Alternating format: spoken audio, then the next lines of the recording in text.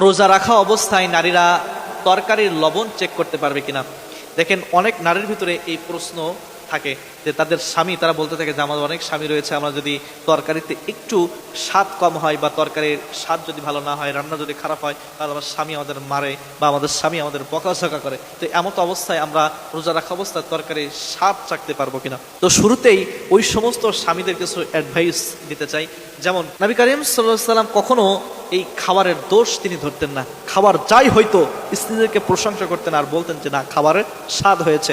কারণ একটা মানুষ, একটা মহিলা যখন রান্না করে, কেউ তো চায় না যে খারাপ রান্না করুক, তারা চায় সুন্দর করে রান্না করার জন্য। তো এমন অবস্থায় যদি কখনো খারাপ হয়ে যায় বা সঙ্গত কারণে লবণ হয়নি, চাল হয়নি, তো এমন অবস্থায় আপনি একটু অ্যাডজাস্ট করে নেবেন।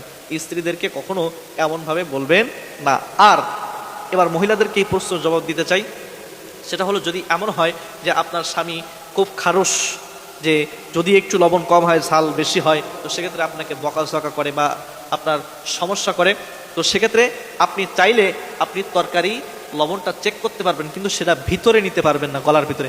আপনি জিভে দিবেন এবং সেখান থেকে আপনি আবার স্যাপ দিয়ে ফেলে দিবেন, তাহলে আপনার রোজা ভাঙবে না। আর যদি চেক করার পর আপনার সেটা গলার ভিতরে চলে যায়, তাহলে কিন্তু আপনার রোজা ভেঙে যাবে। আপনি চাইলে চেক করতে পারেন, এইটুকু ছাড় ইসলাম আপনাকে দিয়েছে। তো সেক্ষেত্রে আপনাকে মাথায় রাখতে হবে, খবরদার সেটা যেন ভিতরে না যায়। আপনি জিহ্বার আগায় দিবেন এবং ওই জায়গা থেকে আপনি স্যাপ দিয়ে ওই টেস্টটা ফেলে দিবেন। আর আবারও স্বামীদেরকে বলে, আপনারা স্ত্রীদের সাথে খারাপ ব্যবহার করবেন না, বা ওই যে তরকারিতে সারাদিন রোজা রাখার পর যদি একটু অসুবিধা হয়ে যায়, আপনার স্ত্রীদের সাথে খারাপ ব্যবহার করবেন না।